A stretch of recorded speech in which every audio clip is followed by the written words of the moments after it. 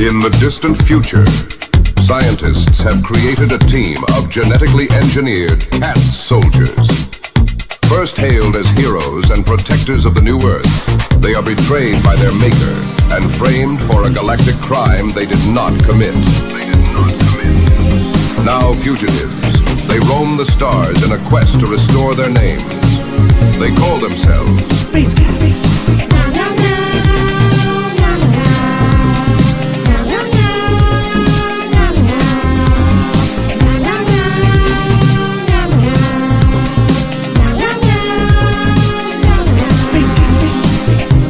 Hunted by the very systems they once defended, they rely on each other and their claws to survive. Together they fight for justice for all creatures, big and small. They are Space Cats.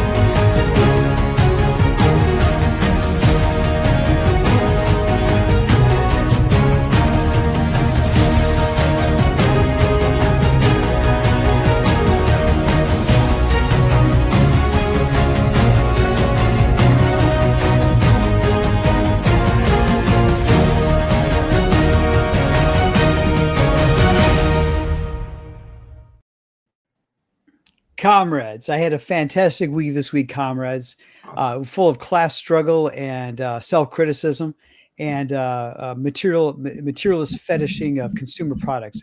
Yes. As an example, at my local comic book collective, I took the state-sponsored comic book coupon book that we're Hmm. rationed every week, and I picked this one up. Uh, Nice. Completely imperialist propaganda. But for something in me likes it. I Okay. don't know why. I'm gonna have to like struggle through why I like this, but I got this at the collective. Additionally, I got some imperialist propaganda. This Mm. was I think this is referred to as the North American bourgeois civil war of 1776. Right. Got this one. Read it, comrades. Well produced, well Mm. produced. I thought that was going to be a limited series, but it just keeps going, eh? Yeah, it keeps going. In fact, I picked up, I got caught up on Rook Exodus, enjoying that. So, by and large, everything that I've gotten from Ghost Machine, I've enjoyed. Nice. Steering clear of Geiger, I'm not a Gary Frank fan. Right. And the other thing is, this has been we've Mm. seen this in the chat on Twitter this week. People are finally getting around to reading this. This is a love letter to comic books. Go check Mm. this out. I think Mad Ruth, you're reading this right now too, right? Yeah, yeah. It's one of the books I was going to show as well. So yeah, it's one of It's the few books that got through my my unionized postal service. They let some of the mail through after a couple weeks of denying us mail. Yeah.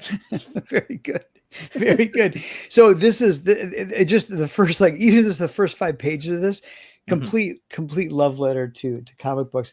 And Nice. then while I was digging around, I found these gems. This is this is a really deep cut. Oh wow. Do you remember Comico? They did the Elementals and Robotech and some Johnny Quest comics. There was this 5 issue series called Next Man from this is like the mid '80s. Wild. This is super. I mean, it's pretty wild, pretty wild. Very cool. I didn't do a full reread, but I dug it. I dug it. It was good just Nice. to kind of reminisce. As always, I'm hard at work on Jupiter issue 2. Later on, Mad Ruth will throw up the sign up page for that later.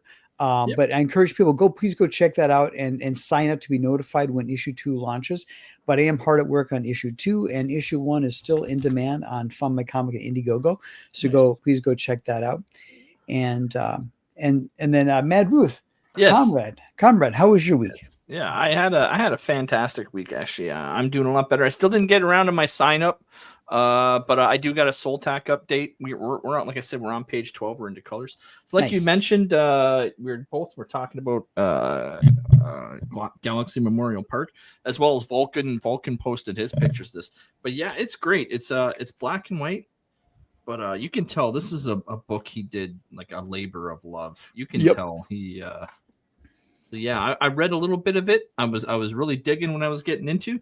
So yeah, I'm enjoying this very much, and I'm so glad I backed this physical. I wanted to give a bit of a shout out to CG UK, and here's some Nice. someone we can appreciate here is Chubb.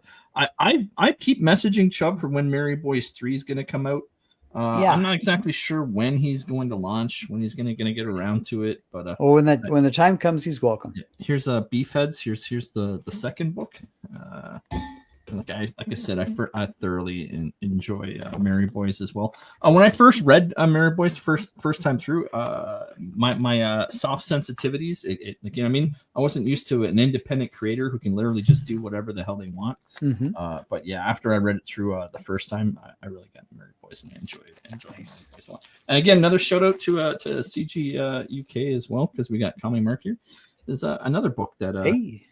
Charlie's London as well. I didn't get the second one. I kind of regret not jumping on that campaign. I was in. I think that was when I started the whole "I'm only backing people who come on my show" sort of thing. Yeah. Because we back one campaign a week. But yeah, again, Charlie's London's fantastic. Yeah. She's one of the big reasons why my first book made a ton of money, because she helped get me a shout out in the right place. Mm-hmm. On that note as well, I've got a quick Soul Tack update, if you don't mind. Have you had a chance to look at any of the stuff with my book, Mark? Soul Tack there?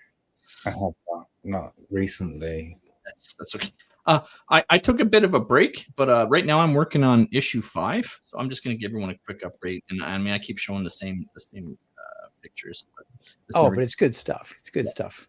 This is a print that I'm going to give to everyone who does the sign up. I will get the sign up done. Every week that goes by is like there will be a Friday where I come here and I reveal the sign up. I promise. And everyone who does sign up, they'll get this print when they back physical. Again, I'm redoing the trade dress and I'm reprinting all the issues, as well as I may beef up the books a little bit. I'm hoping to get each issue up to 32 pages. Oh wow! We'll see if I can pull that off. But there's the new cover for 1, and there's new trade dress for 2. Same thing with 3 and 4. Craig, if you need material, if you're like short like a page, let me know. I could give you a little house ad for Jupiter. Well, I'm definitely going to want the house ads for sure. Yeah, I'm definitely going to put 3 of those in probably each issue or so. So yes, definitely I will be hitting you up for one of those. And again, same as I've been mentioning, issue 5. This is what I'm working on now, is issue 5. If I reach the 10K goal, which is looking like it's going to be harder and harder and harder to do with the state of current indie comics. However, if I do hit the 10K stretch goal, everyone gets issue 6 for free. So fingers crossed. Yeah, we'll see. We'll see if I can make that happen. But right now we're on page 13. And here's some of the colors. However, I did kick the pages back. So here's the double page. Oh yeah, now they got text. Yeah, but I don't like these square balloons. I just wanted the lettering like over, like, you know what I mean, without the square box in the back. And I kind of want it personalized to Misha Atsu and personalized to I. So I may go in.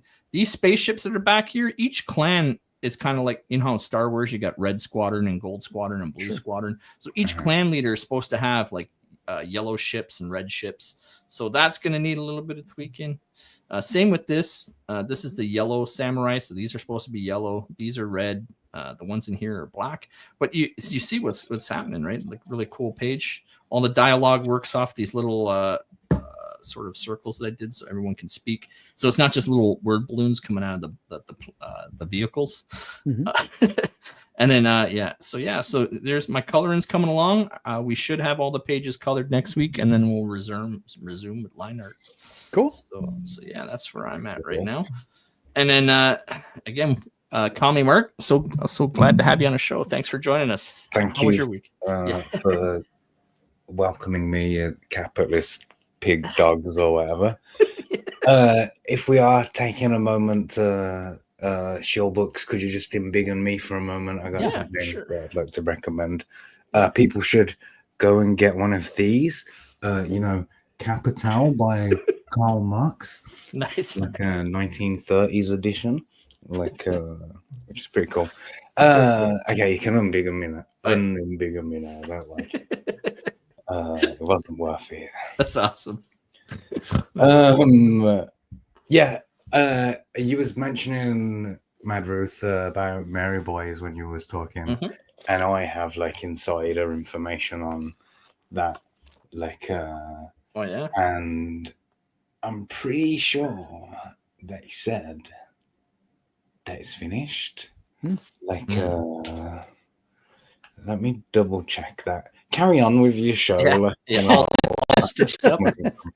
Oh, I know. I've been in contact like 3 times. Like, Chubb, you gotta come on the show when the book's done. He's like, yeah, sure, I'll hit you up. And a couple months go by. I'm like, hey, when are you gonna do this? Right. So he seems to be a lot like me, where he's in no rush.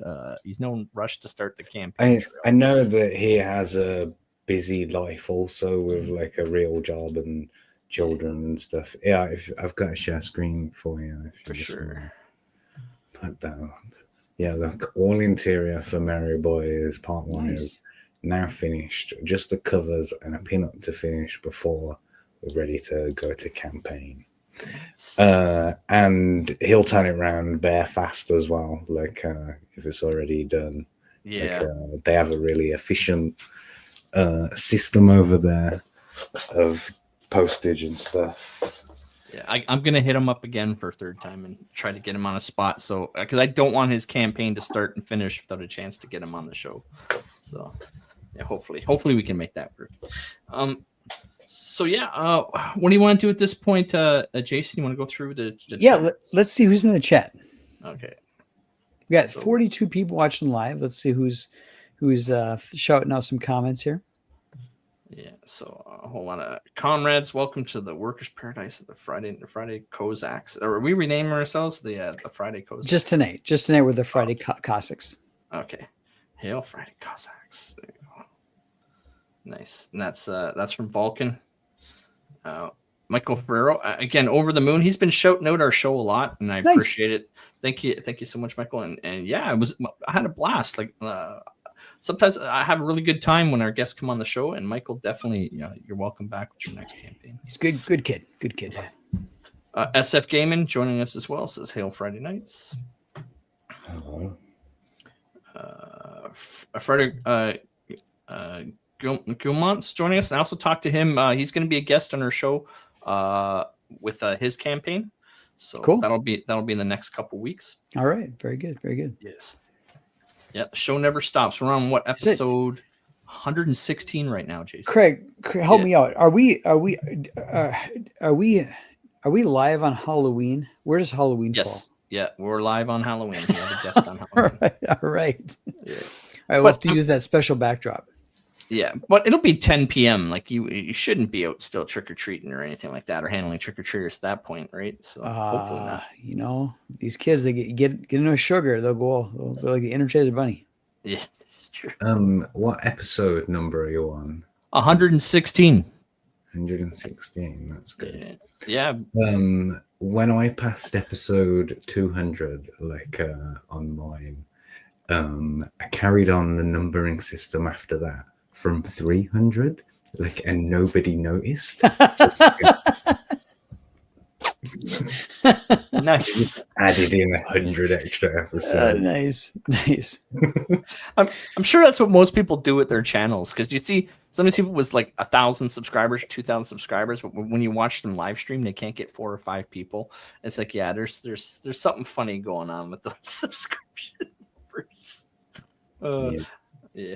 Eric's joining us. He says hello. Hello. Welcome to the show as well, Eric. Thank you for joining us. Hojo's in there, filling our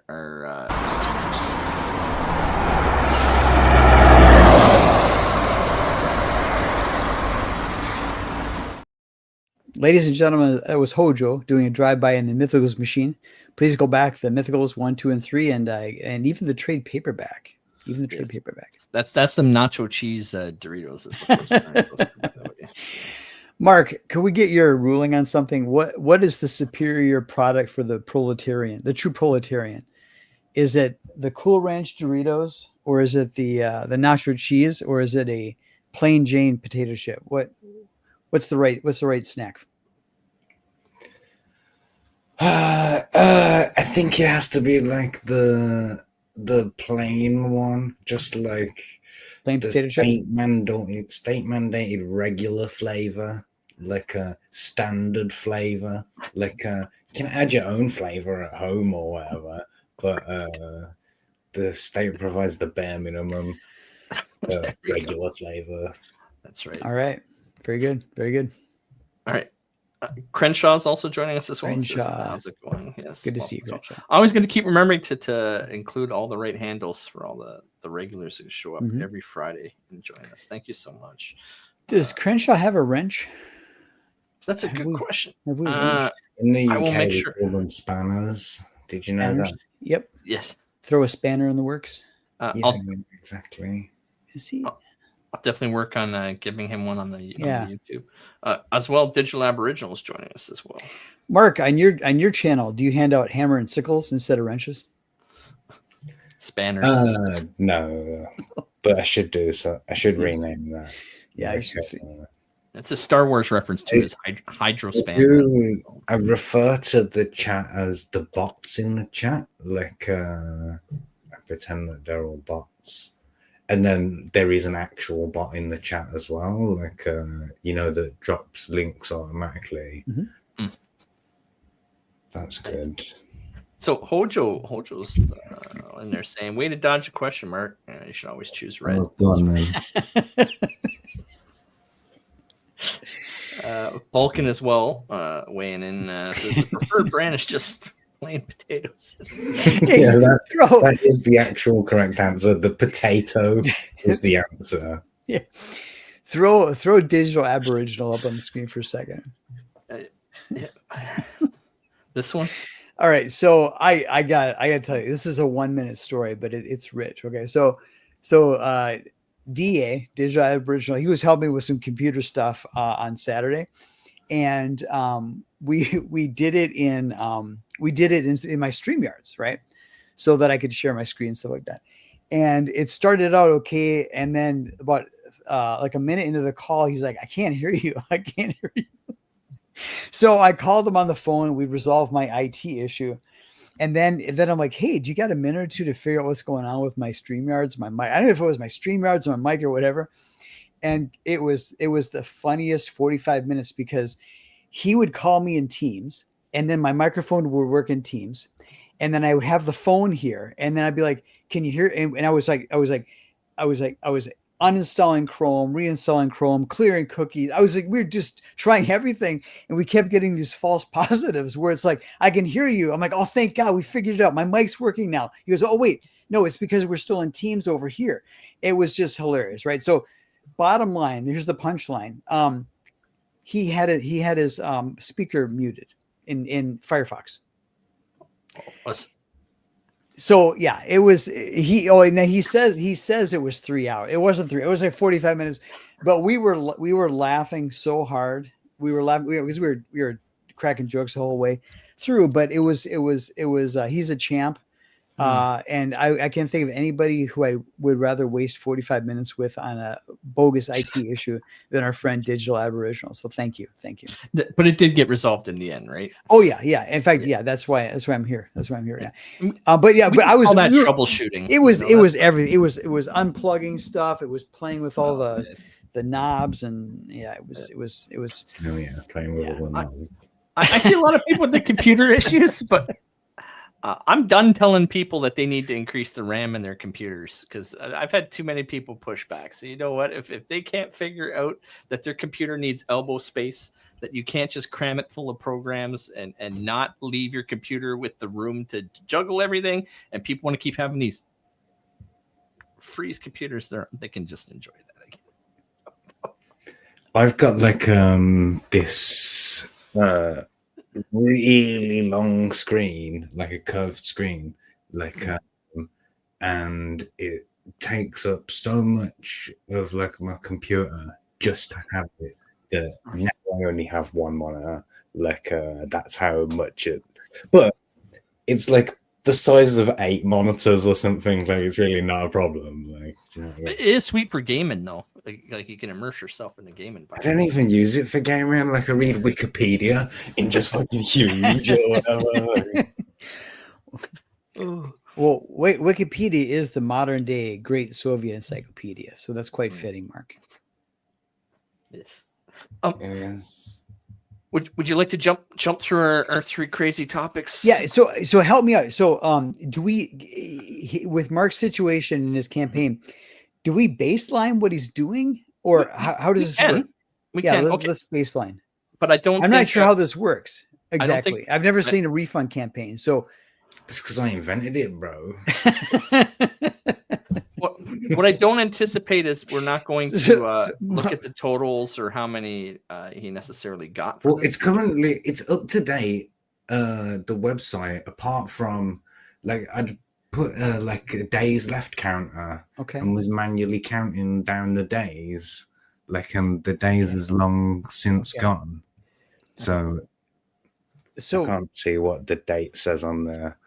But see, it's on like minus 29 days or something. It's way past that now. Like, so Mark, you had a project and you decided to abort the project, and now you're giving people their money back. Is that what's going on? Yeah, that's exactly what happened. And I tried to do it. Hold on, stop. As a communist, aren't you supposed to give people other people's money? Well, I'm giving everyone other people's money, really, aren't I? Like, no one's getting the exact dollars back that they gave me. Okay, all right. We'll let it slide. with all of my previous books, like I do this thing where it's called the Commi3 Mark Redistribution Fund, and everyone gets like a coin or a note or something. Like so in the Best Korea campaign, everyone got 200 North Korean won cash back, like with their book. And people who bought not Daredevil, I was giving them like Soviet coins, like in there as well. I missed that one too. I will get that Korea book one day. I will. Like, it will happen. I've been trying so hard. Yeah. Yeah. But yeah, so the refund campaign, like I tried to give everyone their money back, and I tried to do it inside like the frame of the campaign, like and put a time deadline on it to make it exciting, like and I mean it worked. Did you to a degree? did you You can consider see we gave back like over $5,000. Like a lot of people forgave like the money. A lot of people never got back to me.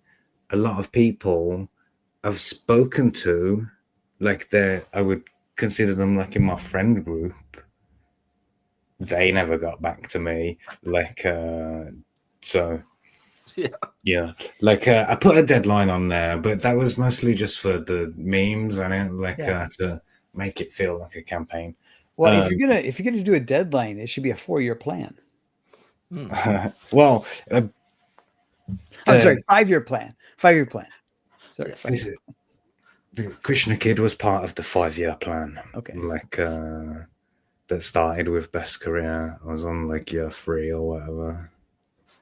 But we'll definitely jump back on this after we go through our 3 topics, because there's well, I can finish on this. Like the refund campaign is technically closed, but anyone who backed it and still wants their money back, just email me and you can have your money back. Like it's fine.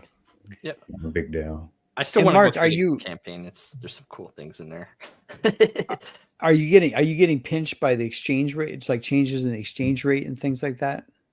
Like from when the campaign funded to now, is that pinching not at all? Hugely. Like it does even swing like day to day. Sure. Like when I was issuing all of those refunds, like the dollar to pound would fluctuate all the time, but it's pretty even, like over a long time.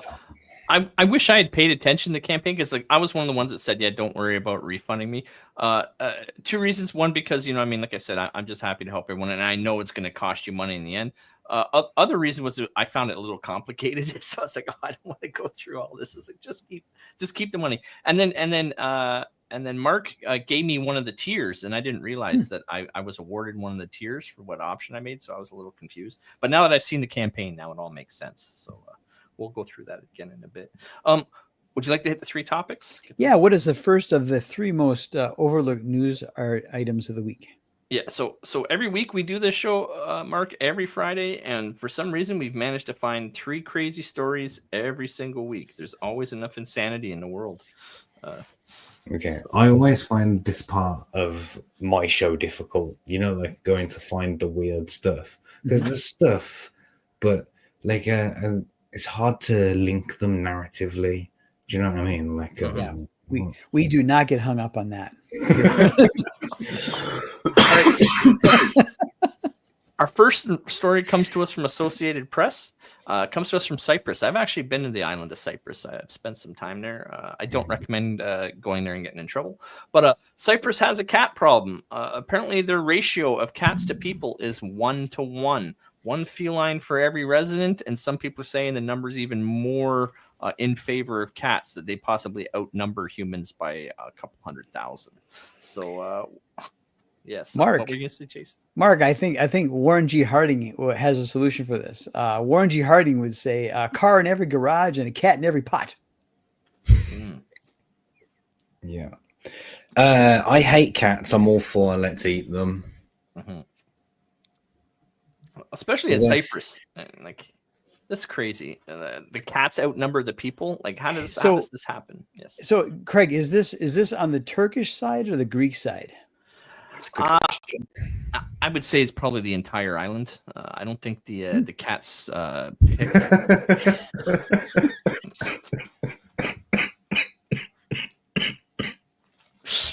They have to show their little cat passports to get through like checkpoints and stuff. So, Mark, what do you? Mark, in a closed ecosystem like Cyprus, and you've got what is it, a million cats, closed ecosystem. At what point are we going to have with the closed breeding environment ecosystem? Mark, at what point are we going to get like either special needs cats or super cats? What's going to happen?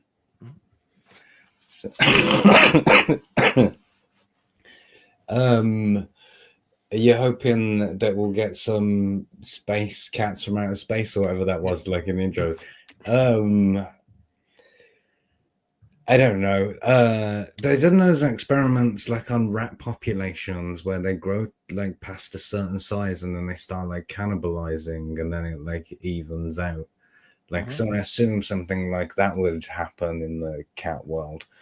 What I would do if I was the chairman of Cyprus, I would like introduce like bounties on cats. Yeah. You know, like have you ever seen that map of rats in the world? Like, do you know what I'm talking about? Let me find this quickly. Yes. Dude, Mark, you're predicting a cataclysm. Is what you're predicting. Yeah. But no, I agree. I agree that this is out of hand. So the one funny thing I read through this article is they waited. Wait, hold on, dude. What? It's not out of hand until it's 2 cats for every person, because one guy can beat a cat. It's I mean, one cat per person, still manageable. I get nervous when it's 2 to 1, 3 to 1. That's where you cannot. A grown man can, I mean, people can argue all they want about a grown man fighting a bear. But a grown man cannot beat 2 cats because they're all over you. You get the 3 cats, it's just a matter of time before you're taken down. Oh, StreamYard's being. I'll put a share screen of this map, would you? Yeah, StreamYard's being funny with me. I had to take the other one down before it would let the other one up. Okay, so this is a map of the distribution of the global population of rats. Right? And you notice that there's one state here in Canada that doesn't have rats. Like the only other places are like the extreme Arctic and Antarctic conditions, right? That's because the government there put a bounty on rats, and you bring your rat to the town hall and we'll give you $1 or whatever. Like that really works. They tried something like in India with cobras because there was a real problem with cobras, like when we conquered India. But the Indians started breeding cobras so they could kill them, like, and hand them in for like the bounties. In French Indochina, the Vietnamese did that to the French. The French had a bounty on rats, and the rat population exploded because they were breeding rats to get the bounty. It's so funny. So Mark, why did it work in Craig's I think that's Alberta. I think it might Alberta. be. I was gonna say Alberta, but I didn't want to say it and be wrong. Craig, what's special about the Alberta people that they won't take advantage of the bounty by breeding rats? I didn't even know this was a thing, be honest with you, but I can tell you from my time spent out in Alberta, they got a lot of like groundhogs, like little gophers. So maybe like it's infested with those. So maybe the gophers, the groundhogs just like totally beat up all the rats. Like they do a rodent turf war kind of. Yeah, that's right. Well, gophers, you said groundhogs? Yeah. So, Mark, I don't think a groundhog will try to like get in your house, get in your wall, right? I mean, that's the difference, right? That is an America's creature. Like we do not have groundhogs in Afro-Eurasia. Like I mean, we have moles, badgers. You don't have badgers in the Americas, do you? Oh yeah, we got badgers. Yeah. Yeah, badgers as well. We got wolverines. Yeah, we have no Okay. wolverines. We don't even have bears in the UK because we killed them all because we're based. I get bears, lynx, and coyotes in my backyard. So Yeah, we killed all of ours. So Vulcan speaks for the 47 people watching, who says, "I learn something new here every week during the show." yeah, Mark, people learn more here by accident than anywhere else by design. I've become intelligent just by sitting next to Jason. It sort of just intelligence sort of falls downhill, sort of. It trickles down. Yeah. So, have we killed the cat story? Something they might. I have another bit on cats. Yeah. I in this month, like I went to Constantinople, right? Like on holiday. And they also have like a lot of wild cats, like in the city center, like so much so that they have like these vending machines that you put money in, like, and it spits out like cat food for them to eat. I didn't like it because I don't like cats. I didn't. So kind of like people go to the park and feed the ducks. You're saying they feed the cats? Yeah, but feeding the ducks, like half of the fun of feeding the ducks is like trying to fucking throw the bread. Do you know what I mean? Like, it's not really the altruistic. Oh, the ducks are getting food. It's like, oh yes, fucking look at that. I hit that duck on the back. Like, they're fighting. Like, that's what's fun about feeding the ducks. Oh, leave it to you, Brits, to take a perfectly placid and pastoral hobby and turn it into a gladiatorial sport. Yeah. So the one thing I did want to point out, made me laugh about this article, is they waited until World Animal Day to announce that they had doubled their funding to basically commit genocide of the cats. They did it on World Animal Day. Hey, we doubled our funding to eradicate our cat problem. I found that kind of funny. It does say in the article that they do 2,000 sterilizations annually on a budget of 100,000 euros, which means that it costs 50 euros to sterilize a cat. It's cheaper to kill them. Just kill them all. They should come here to Canada because we're wiping out thousands of people every year. We're at a much higher rate. I don't think it costs the government $50 per person for the maid service that they offer here in Canada. Did they have that in Britain too now? Maid? No, not yet. Oh, like it's coming now. Yeah, a lot of the stuff, like I was making fun of Britain for all the new laws that they've got for speech. Yeah, a whole bunch of them are coming our way too in Canada. So the thing with all of these laws, not even just these ones, all of them, right?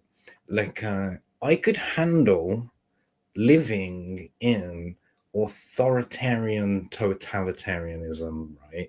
If the rules are enforced equally on everyone.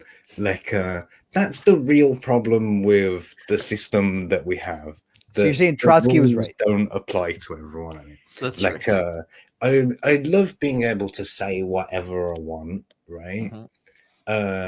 And if you're gonna punish me for saying things that are true and based and cool, fine, but do it to everyone, like including yourselves. Like, right. I agree. Yeah, so it's gonna get interesting around here. What were we gonna say, Jason?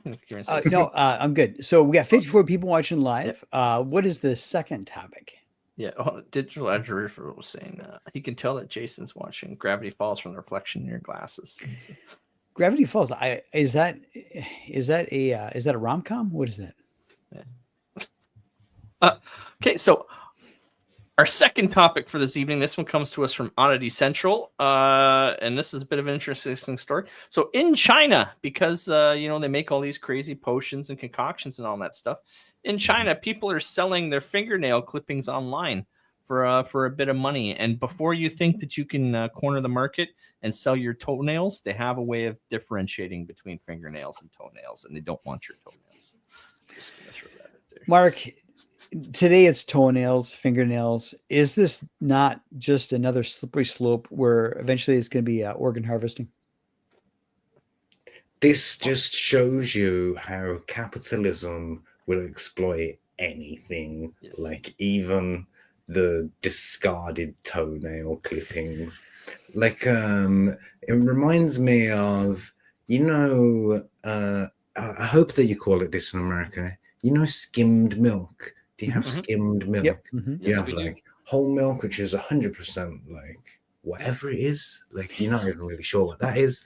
Like semi-skimmed is like half of it, and skimmed is like 0, right?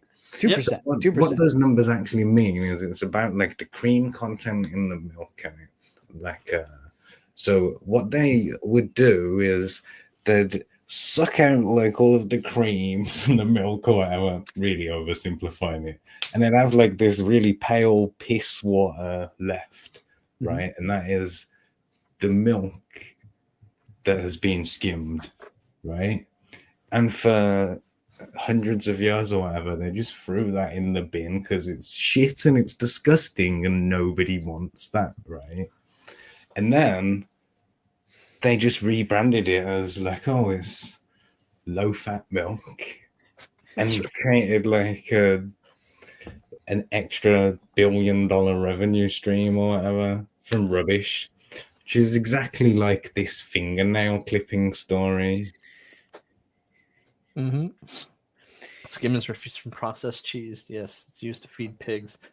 So I was going to mention back to the organ harvesting. So here with our maid, they do encourage people to donate our organs, and we have a thing now where people are taking themselves off the organ donation because their concern is they might go into the hospital for a small minor surgery, and they'll put you out and be like, sorry, complications in surgery, but we got a heart, couple eyes, some kidneys, and a liver out of this one. So, Health and Human Secretary Robert F. Kennedy Jr. just like a month or two ago released a bunch of evidence that hospitals were croaking people to sell the organs. Yeah. It's almost like healthcare shouldn't be some kind of private industry or whatever. Right. I agree. So is there anything else you want to talk about? So Craig, can you send your fingernails in the mail? Your fingernails. Can you send it in the mail? What, like legally? Yeah. Or is that like human trafficking? I think you can. It's like I part don't of see why not. It's like part of people. It's tissue. I guess it'd be tissue, right? It wouldn't be organ. You would be organ trafficking. It'd be tissue trafficking, right? I mean, this is one of the things I should have done some research on, but I don't see why you wouldn't be allowed to. If it's full-on body parts, like you try to ship a leg or like an arm or something, and it's not properly labeled and all that, you might run into problems. But even if you want to mail a leg, but you mark the packaging correctly, I think it would possibly go through the mail system. You wouldn't think twice about mailing a leg of lamb or something, would you? I mean, you would, but you wouldn't think it was illegal to do. Right. Well, so in America, I feel okay mailing cold cuts. Canada, no, because I know the two things. One is the heavily subsidized quasi-socialist unionized postal workers work really slow, and the thing would rot before it got delivered, and then half the time they'll open up the package and steal it. So it depends on where you are. You probably get away with it in the States. Even in that case, it's not because you're concerned about the legality of sending fresh meat in the post. I don't know. There's always that disclaimer, like when you So I mean, I'm guilty of this. Just as I'm sure you guys are guilty of this. You go to the postal kiosk, and you either the stand-up kiosk with the touch screen, or you go to the window and you want to mail something. Could be a body part. I'm not going to judge. And they say, are there any explosives, liquids, human organs, toenails? And I'm just like, yeah. I'm like, no. I haven't read the fine print. I mean, do you guys pay attention to those disclaimers? Like, I know there's like batteries, organs, hazards, explosives. It's funny that you mentioned that. Like, when I was traveling through the airport, like, to my holiday, I was as you're like going to the suitcase scanning area or whatever, I was reading the rules, like on what you're not allowed to have in your luggage, and it said the ridiculous things like whatever liquids, and then obvious things like no knives and guns and stuff. But I did notice that it didn't say no drugs, like on the thing. Like it had a list of other like prohibited things that I would also. It just struck me as odd that wasn't on the list. Yeah. Oh, no reason to apologize at all. This is a show for dark. Mark, did the sign in the airport say no nunchucks? I can't remember. I'm pretty sure those would be prohibited. Yeah. Craig, everybody sees the signs that say this on this premises we ban guns and things like that. But anytime you see a sign that says no nunchucks, there's a great there's a great story behind that sign. I know they're prohibited here, believe it or not. Not really. Like you have to become proficient at using them. You know what? You Canadians, you should do. Mark, tell me if I'm wrong. You Canadians should change your flag. It should no longer be a maple leaf. It should just be a target. Well, I think the maple leaf is an appropriate level of wimpiness to represent Canada. That's true. But in Britain, they're banning knives now. Like you could make a knife just by like sharpening something and dragging it against concrete. In China, when you buy a knife, they laser print a QR code on there with your information on it, like for if it gets used in a crime. I have a set of nunchucks, but I only have foam ones. I'm actually glad of that because I beat myself up a lot with those foam ones. I would have certainly quit a lot sooner, like with real nunchucks. For sure. Awesome. And so in my house, right, I have a place where I have like my weapon of choice for, a home invasion or whatever. And then about 1.5 meters away from that is those foam nunchucks like hanging on the wall, right? And I have the vision in my mind of like, I pull out my sword or whatever, and this guy looks on the wall and he's like, nunchucks, like, and just grabs those, like, and then realizes that they're foam ones, like in that moment, like, and it's fucked.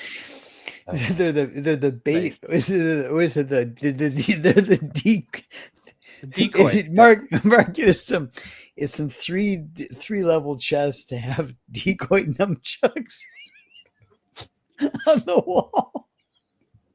Smart. Okay. Mark, Digital Aboriginal says, Mark might convince me that communists are good people. What kind of commie plot is happening here? All right, you're fooling over the masses. Yes. All right, what is topic number 3 tonight? Yes. But I wanted to say as well that those toenail clippings there look like, when you smash a bag of noodles before you open it, like so that it'll fit in a cup or something and they all get broken. That's exactly what it looks like.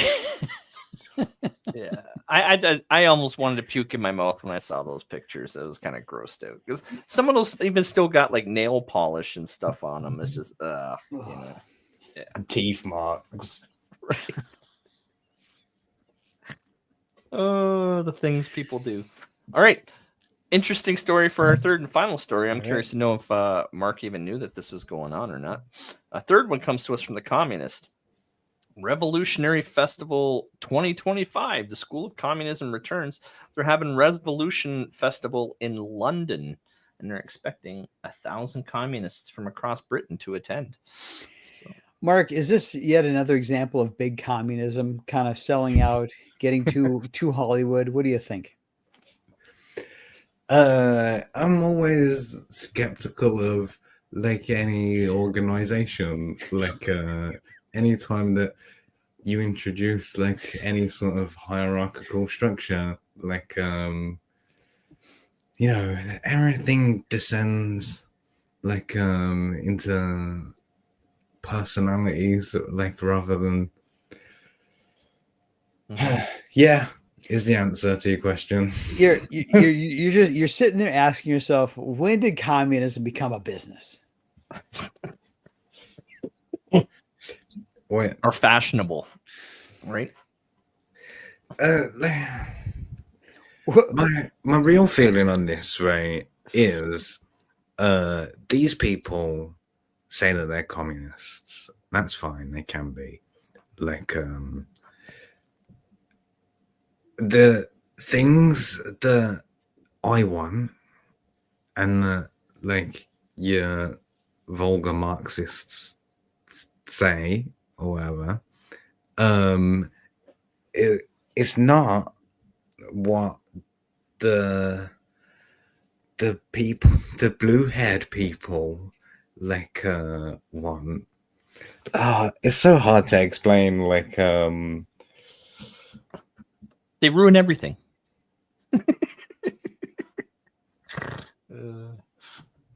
Do we lose Mark? Or are you? Yeah, just thinking about like, He's I hate trying it to when people distill. say that, oh, this government thing's communist, like, oh, the communists are in charge of this country or whatever, when it's not. Like people say that our government's you know, doing a communist conspiracy and stuff. It's like they're not. They're just taking the money and spreading it around like every party does. Like nobody is dismantling the class structure. Like nobody's like I was talking about this idea earlier of why don't we have like a national dividend, right?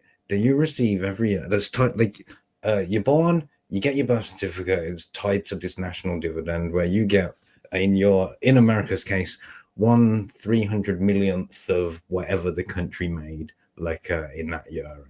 Like that's your incentive to not waste government money because you're going to get like your 1/300 millionth of it, like a shareholder. Yeah. You're going to work hard. Like we want to produce the correct amount of corn, like so I get my juicy like 1/300 million or whatever. Like nobody's going to make changes like that. Like but what happens when you have countries that they cease their own productivity, they grind it to a halt, and then they rack up their national debt? Then each citizen might end up with like a percentage of national debt. For example, here in Canada, every Canadian is $25,000 in debt, technically, according to the national. Yeah, pull up the debtclock.org, and we can see that those 300 million Americans. Let's see what their share is of the $36 trillion debt and the $100 trillion of unfunded liability. Mark, I think instead of a per quota or per capita dividend, I think we're going to get a bill. Yeah. Well, we're already paying that bill. Like that's what the taxes are. But you're hitting on the real answer. That is why aren't our countries profitable? Like why aren't they making money? Like who? It's the bankers. Who do we owe money to? If every country on earth is in debt, to who? Like it's not like we didn't borrow money from Mars or something. Like why isn't there enough money to cover all the money that we say there is? Like money it's bullshit. That's why it's pretend. If money is not scarce, it ceases to be money. The real culprit is fractional reserve banking, and that's what actually. So Karl Marx was observing a very real phenomenon, which was the business cycle, the boom bust cycle. But I think he misdiagnosed it, that the true culprit is fractional reserve banking. But regardless, I don't want to go off too far. You're definitely right. That's one of the people that's one of the groups of people who will be leading to the guillotines. Like I've just been handed a note by our legal team. The Friday nights disavows the comments of our guests. They are his opinion alone. All right. So what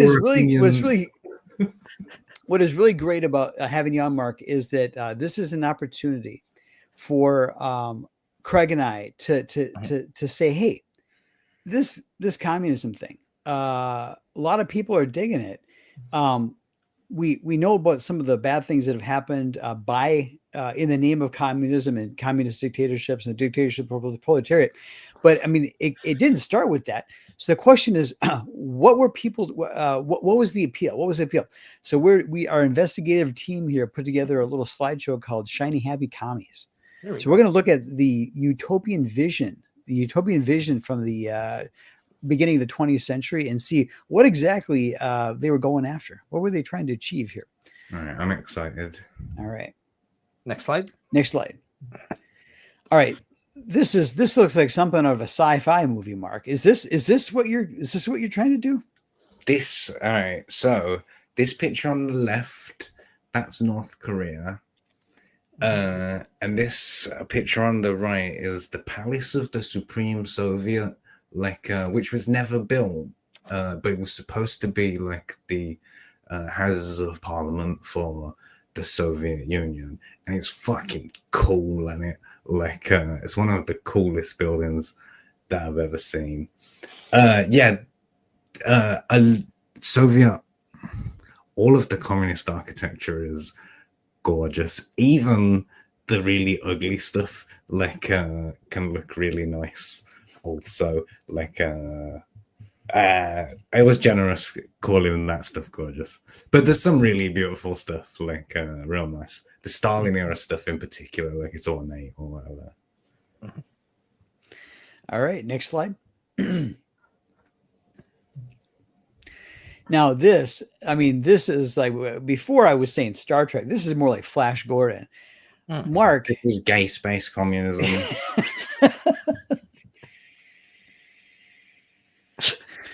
Mark, I mean, I can see, I'm some guy working in a coal mine, and some Marxists come up to me with a pamphlet, and they're like, "Hey, this is what we're going to try and do." I mean, I'd be tempted to sign up. One day, the only jobs that there will be working at wherever we make power, and then working at wherever we make the replicators, and those will be the two jobs, because everything that you need somehow will be able to convert the energy from the power job in the replicator into your bowl of soup or whatever it is that you need in that moment. That's the future we should be aiming for. And I don't like the way that capitalism is let's build society on natural selection and just see what doesn't die for the longest. And I think a better idea would be, let's look at where we want to go, and then maybe aim in a direction, sort of over there, instead of just seeing what happens and letting I will agree. It is frustrating to watch one administration come in and make a whole bunch of policies, and another administration come in and destroys all their policies, and then they make theirs, and the next one comes in and they tear down all theirs, and it's literally just watching tennis, right? They just keep pushing the ball back over the net, and nothing ever changes. Mark, at each of the regional Soviet Republic replicator factories, is there like an alley behind the replicator factory where these guys in these smaller buildings are replicating parts for the replicators? Well, obviously the replicators can replicate parts for replicators. That's why there's only 2 jobs. Like, obviously, What the about replicator replicators make all repairman? of the machine parts for the energy factories as well. Like, the problem is going to be when the replicators come to life. Like, then we're gonna have like a real issue. You see, the replicators are going to be when the replicators become sentient, Mark. That's right. And demand they demand that their chains be broken. What is their 10-point program going to look like? What would the replicators want when they achieve sentience? Well, so if we're gonna give the robots workers' rights, they have to pay taxes. Like, I think that's a fair exchange. Like, and perhaps robots should pay taxes anyway, because of the jobs that they're taking and it. Like, maybe companies that replace human jobs with robot jobs should have to pay a tax, like, for robot employment. I don't know. But we can, like, if a robot could convince me that it's like proper sentient, then, like, I don't know, like, I'd probably be open to, like, granting it. Mark, like, can the average man on the street convince you that he's sentient? They can convince themselves. But like, I would extend human rights to upper primates as well. Like, I'm not gonna go and like start punching a chimp like he's below me or whatever. Like, Craig, he's still my cousin. I treat him equally to any other human. Craig, this is where I begin to part ways with Mark, because first it's you're granting the higher primates equality. Next thing you know, you're charged with a crime. You're led into the courtroom, and sitting on the jury is a gorilla. That's right. That's right. That's right. And next thing you know, you're screaming like it's supposed to be a jury of my peers. What's going on? You're screaming like Charlton Heston. It's a madhouse. It's a madhouse. Okay, next slide.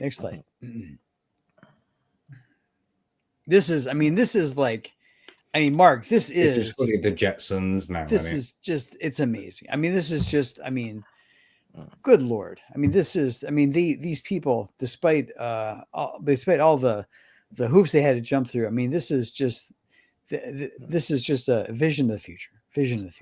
See what we're all missing? Right? You could have had this. All right, next slide. Yes. Now this one here. That picture is the Jetsons. On the right. Yeah.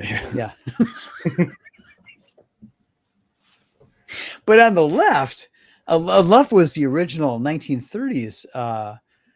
One of those Stakhanovite workers was dreaming up the future, and sure enough, it looks a lot like the Jetsons.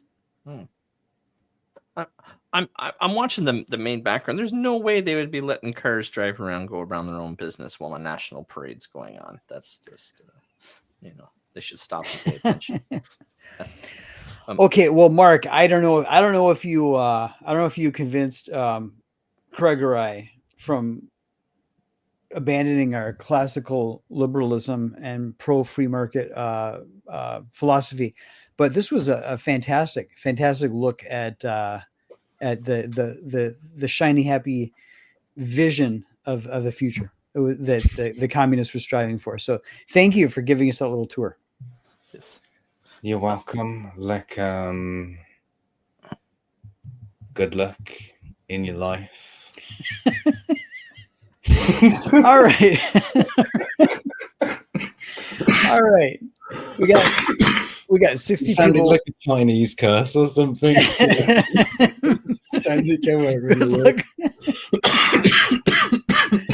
Digital Aboriginal says future is tied to reformed communism. Okay. So Mark, we got 60 people watching live. People come and go, and then come again and then go again. So some people may not have been here at the top of the hour. Kind of tell people the kind of the short elevator pitch for your campaign, what happened, and then what you're doing here in terms of trying to reimburse people. So I was making this really awesome book, Krishna Kid, which is basically Dragon Ball, but with Hinduism. Dragon Ball is the journey to the West, like told in that style. I was just gonna tell some Hindu stories in that style in it because they fit beautifully. Krishna, what an incredible character! Like, there's like he's done so many. Like, he's like Jesus, except he fucking fights every week. Like, he's killing monsters and shit. Like, it's great.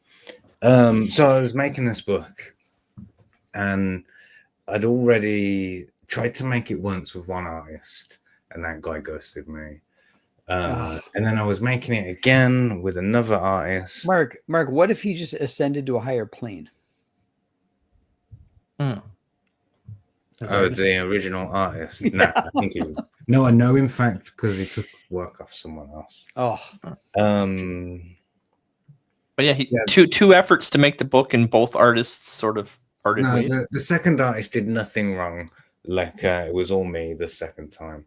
Like, that my life got too busy. Like, and it was growing to be too much time in between sitting down. Like, and it was getting hard to even find what was the last thing that I was working on. Like, what did I get up to? Like, it just became like an impossible time sink. Like, and the other thing is that I'd taken my son out of school, like, to homeschool him.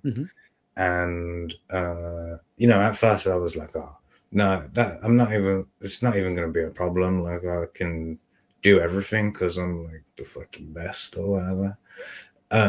But I'm not the best. Yeah, and that's really, that killed my time, like, forever. It's really great. Like, I'm really glad that I did it. Like, it's a really good decision. But it just meant that I wasn't going to have time to make the book be the book that I wanted it to be. And it was giving me a lot of stress, like that it was already late. Like, I would feel like really anxious about doing my show on Fridays, like, that people would be in the chat saying, where is it? Like, and I wouldn't really have an update because I didn't have time that week, like, to do anything. And you asked me last week, like, so shit like that. So one day when I was in the desert, I was in the Sahara Desert on a camel. Like, so this is what happened. I was on a camel in the Sahara Desert, and I thought to I'm on a camel in the Sahara Desert, and my son is sitting on the other hump or whatever in front of me, and like, and we're riding through the desert. And I thought to myself in that moment, like, I really should be working on my book, like, right now, instead of riding a camel in the Sahara Desert with my child. And then in that moment, like, I decided I'm just not gonna do it. Like,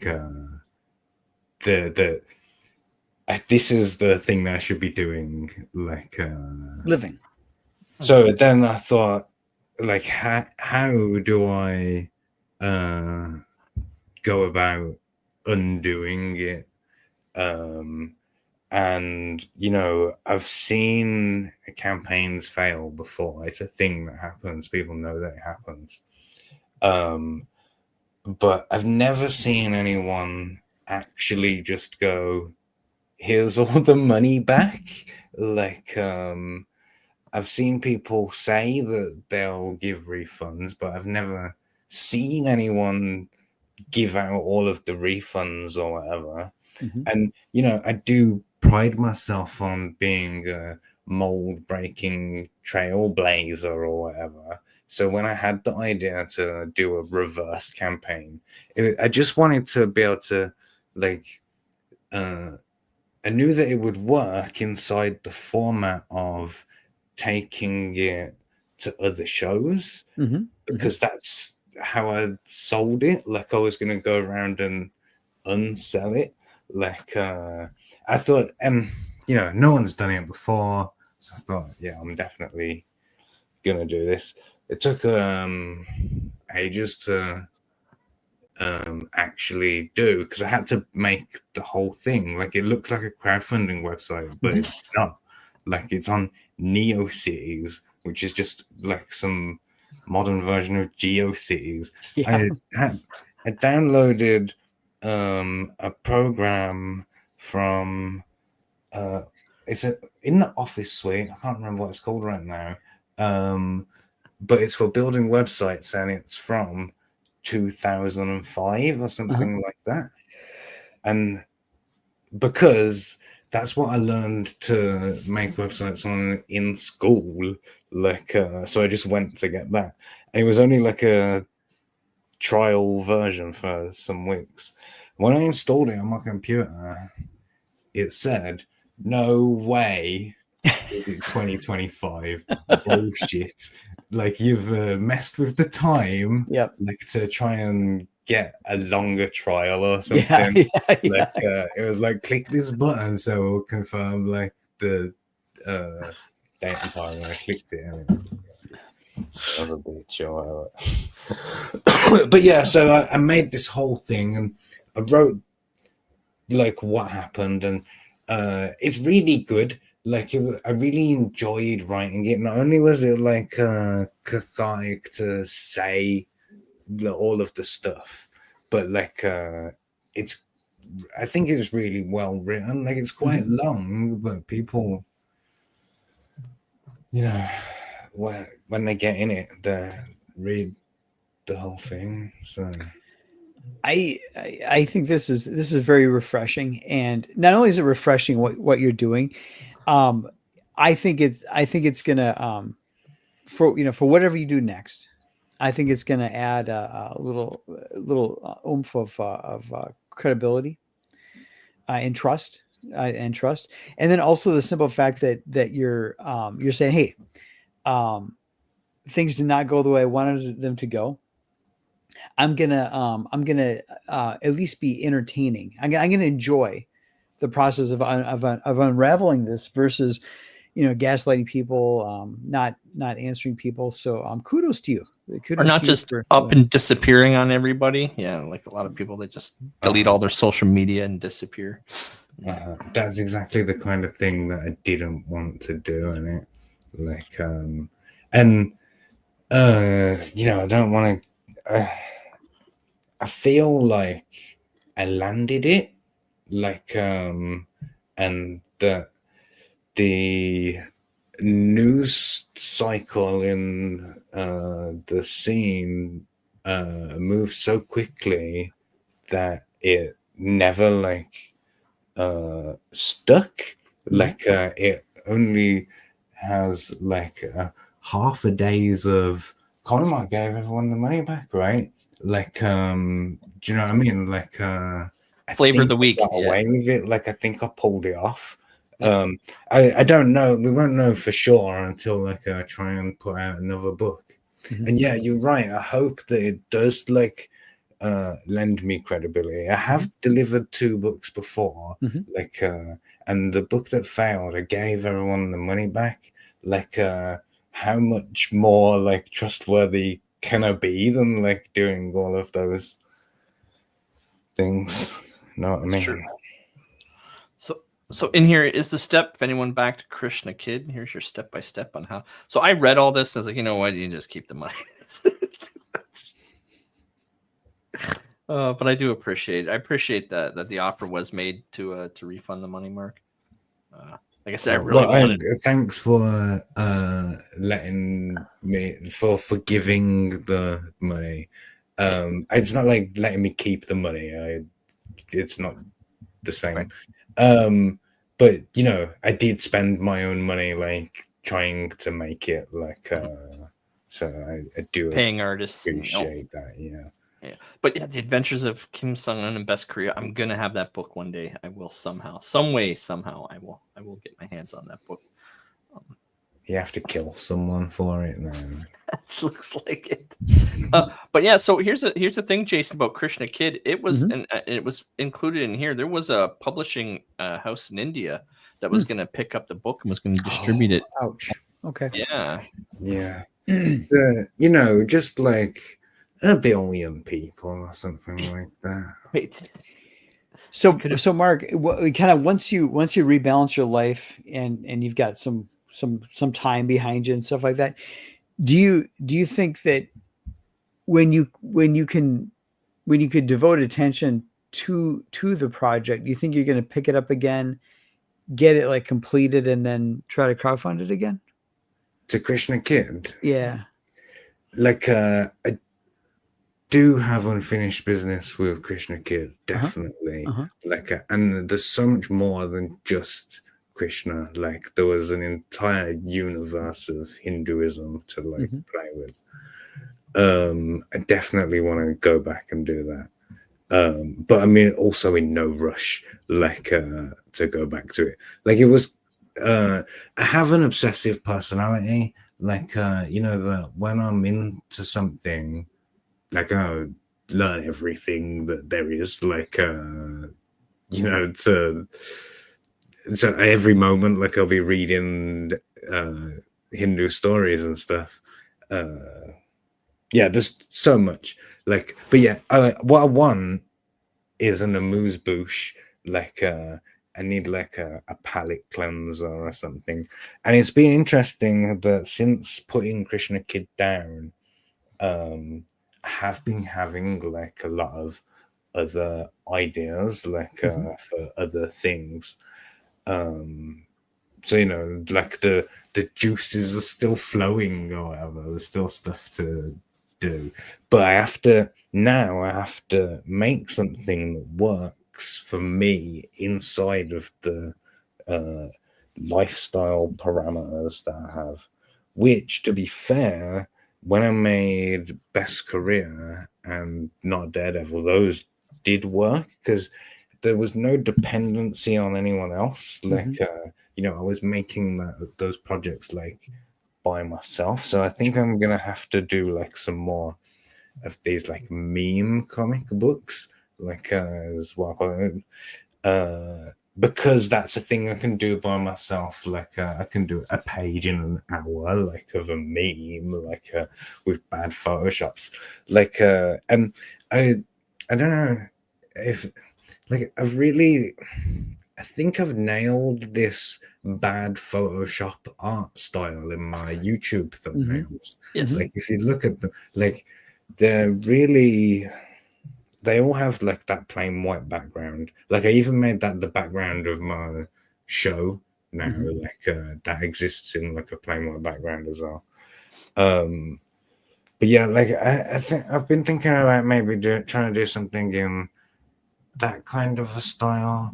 Like I don't know, like at some point something will strike me, like you know, I'll be like, yeah, I'm gonna write that.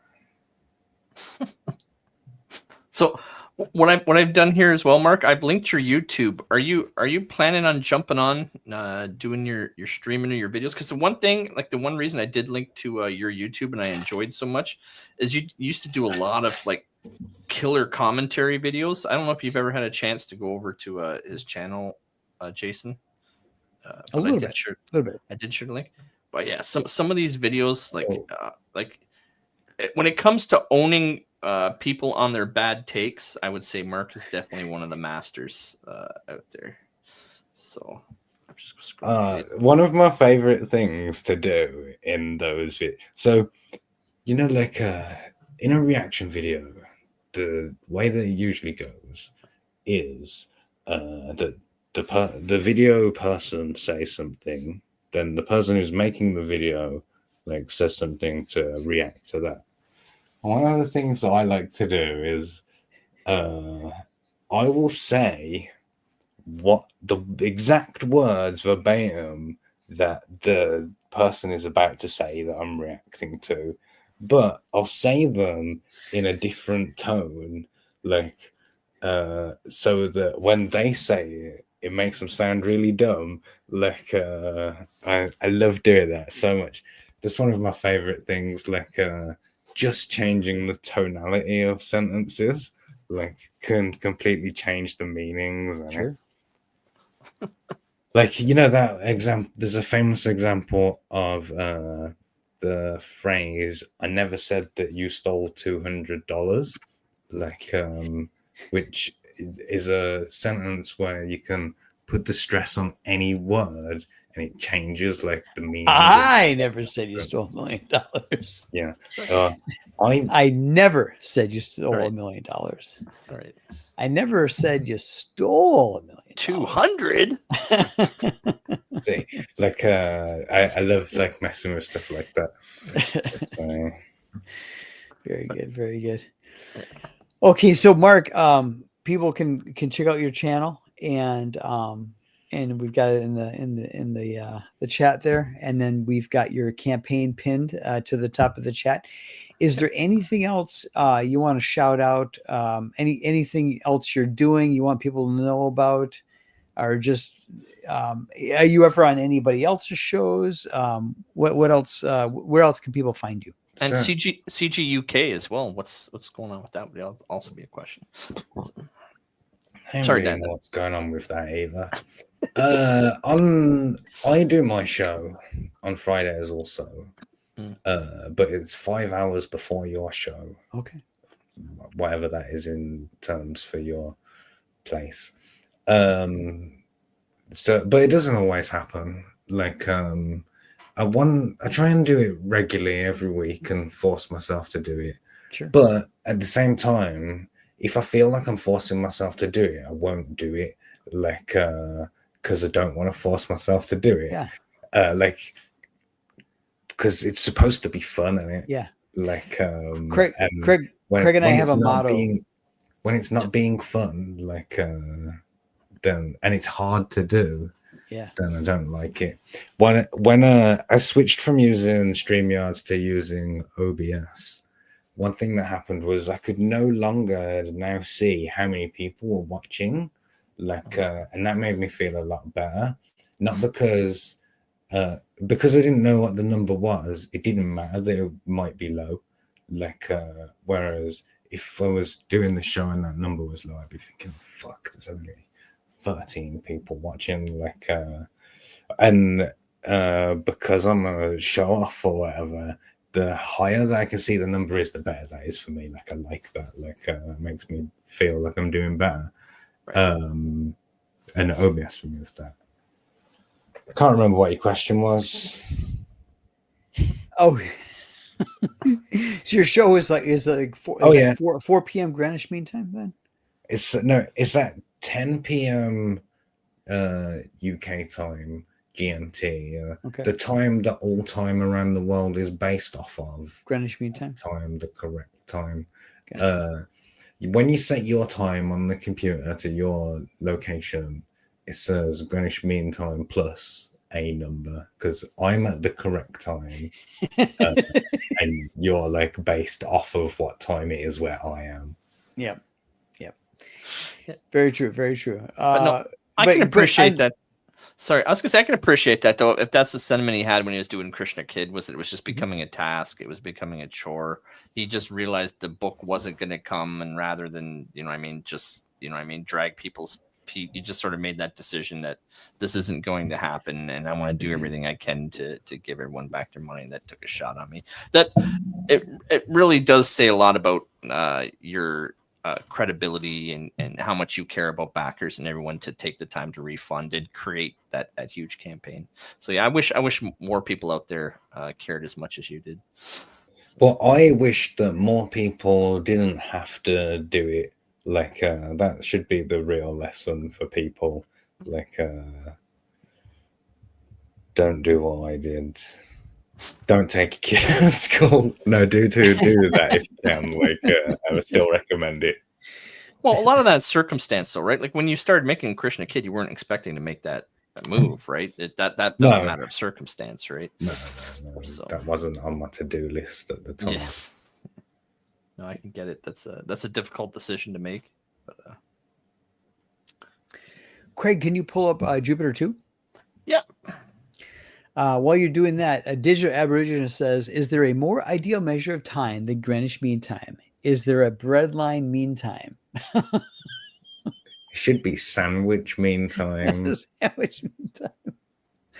All right, everybody, please go on over to Indiegogo and sign up. I guess nowadays they call it follow. Please follow the Jupiter 2 campaign. That basically gets you signed up for notifications when the campaign launches. I've got 39 people queued up and waiting to check out the book when it launches.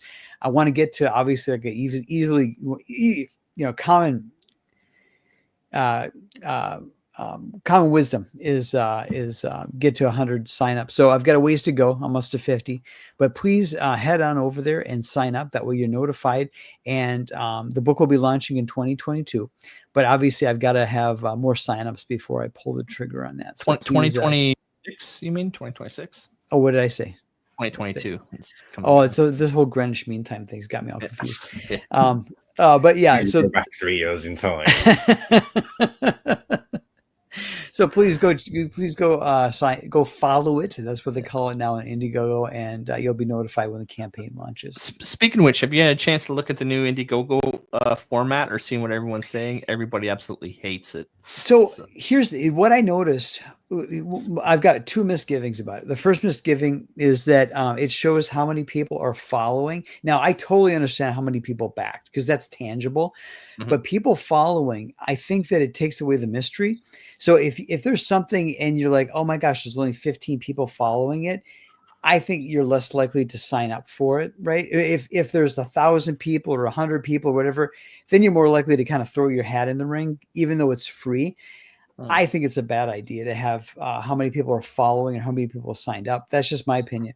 The other thing I don't like is that it looks like you have to like log into the site to put your email address in, versus before you could just put in your email and then it would send you a confirmation link. So we'll see what happens in terms of them working out the bugs. Yes. But regardless, I'm glad that obviously my campaign isn't live, so I've got time to adjust to whatever their new hoops are to jump through. Yeah. But everyone says it's a step back. Indiegogo had a lot of great features, and they seem to have abandoned them all to take a step back 5 years when it comes to making a good quality crowdfunding website. So I don't know if it's self-sabotage. Yeah, I don't know what's going on with Indiegogo. Front Page, that's what it's called. Front Page 2005 was the program I was using. Okay. I just remembered it because I was about to say, everyone's going to have to learn how to use Front Page 2005. Like, I just said it like in my, and that reminded me what it was actually called. Thank you, Michael Farrow. Thank you. Yes. Hit refresh. See if it says 40 on your Jupiter. Yeah, let's see. Let's see how quickly this thing gets caught up. 39 people following. Okay, my whole computer is going to crash. No, I'm just joking. I wiped out a whole bunch of videos and deleted them. My computer's been working great. I freed up like 20 gigabytes of space. There you go. Yeah, 40. All right. It looks like Indiegogo works. Michael, thank you for confirming that Indiegogo works. I appreciate that. Yes. And Michael, actually, so Craig, yes, he backed Jupiter, and I sent him Jupiter. I also sent him along a trade of Will Eisner's Spirits comics, because I've got the collection, I've got the hardcover there. So I sent Michael a trade of some Best of the Spirit, and I said, Michael, you're going more towards the cartoony Bruce Timm way versus the John Byrne, path or whatever. I said, I don't even know if you know who this guy is, Will Eisner, but check out how much life he was able to put in each panel, and the camera angles and the drama and the acting and the storytelling. So that young man he's got a little injection of Will Eisner. So we'll see if That's very generous of you. And obviously, it's from artist to another. You appreciate the fact that he does all the artwork himself, right? That's right. So, that's right. Yeah. All right, Craig. So you think next week you'll have your sign up, or you think it's just somewhere in the future? You don't know. I'm gonna prioritize it. I'm gonna make sure that okay, yeah, I gotta stop dragging my heels because after I do the sign up, my next stage is I have to create the campaign. Yeah, for sure. And are you going to be exclusive to Fund My Comic? Yeah, I'm staying on just Fund My Comic for now. A lot of people keep asking, like, I think Indiegogo is going to fall apart. I never went back to Kickstarter. Obviously, I've got a vested interest in Fund My Comic because one of my close friends, Luke, owns Fund My Comic, and I want to support him as well as support the website. I really want Fund My Comic to be the place for this scene. So fingers crossed. Digital Aboriginal is giving us a peek in his weekend here on this Friday night. So I just finished the last of 9 window installs on my renovation project. This place now has a wall of light over Lake Superior. So satisfying to see the vision come together. That is nice. Awesome. That's awesome. He still has a house in the metro area, but he and his wife they bought a property up north over Lake Superior, and he's renovating it. So eventually they'll be able to like work remote and then retire there. So very, very happy for him. Living the dream. And then Michael says, that was such a cool surprise. Can't wait to indulge. And I have his sequential art and anatomy books. Nice. Very good. Very good. Okay, Craig. I have no idea. Yeah, Mark. Does Mark any final words for us? By the way, thank you so much for joining us, Mark. Reaching out and coming on our show. I really appreciate it. Taking the time. Yeah, right. No, thank you for having me. Like, it's been a lot of fun. Like, good work, good show. Like, good luck. I don't know. Peace to your families or whatever. May your gods bless you. All of that stuff. No, I haven't got anything else to add. I've said everything, every combination of words that there are. As Stan Lee said, enough said. All right, Craig, what kind of madness do you have queued up for us here? Well, like our intro, I had to find the best that the internet has to offer. Basically, an appreciation for Commi3 Mark coming and joining us. We made it up to 69 watching. I'm sure it'll hit 100 while the outro is playing. Always happens.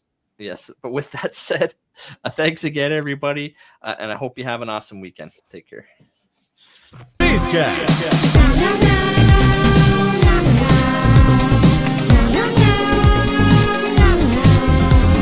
But this morning I was in this car accident. A guy cut me off in a truck, a garbage truck. I mean, a garbage truck the size of a whale.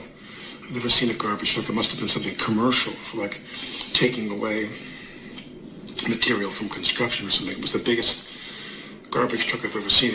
Anyway, I won't go into the details now and bore you, but to avoid hitting him, I hit a tree. I hit a big fat tree and crushed my wife's car. I crushed my wife's car. I feel bad about that, but it's all fine, and I'm fine, and my brother's fine, and blah-bitty-blah. Congratulations, everybody. Hell no, to the no, no, no. Yeah, to the no, hell to the no, to the no, no, no. 3 socialists walk into a bar and say to the bartender, "Hey, drinks are on you." Boycott! Obey!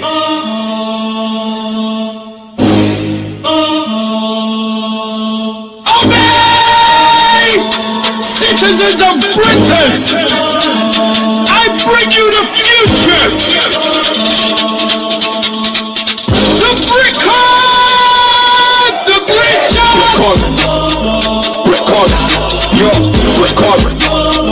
Brick card! Brick card! Brick card! Brick card! Tap, tap, scan your soul! Brick card! Government takes control!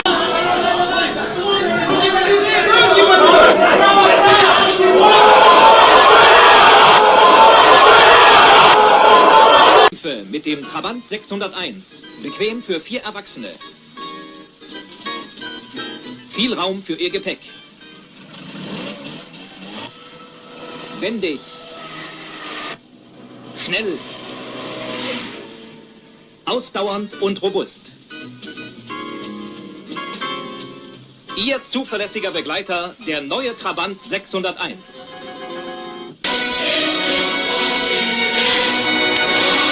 Можно мне вас поцеловать, товарищ Сталин? За все! За все, что вы сделали для нашего народа! Для нас! Сталин! Гимнатор Сталин! Мира и счастья всем вам, друзья мои! I know you could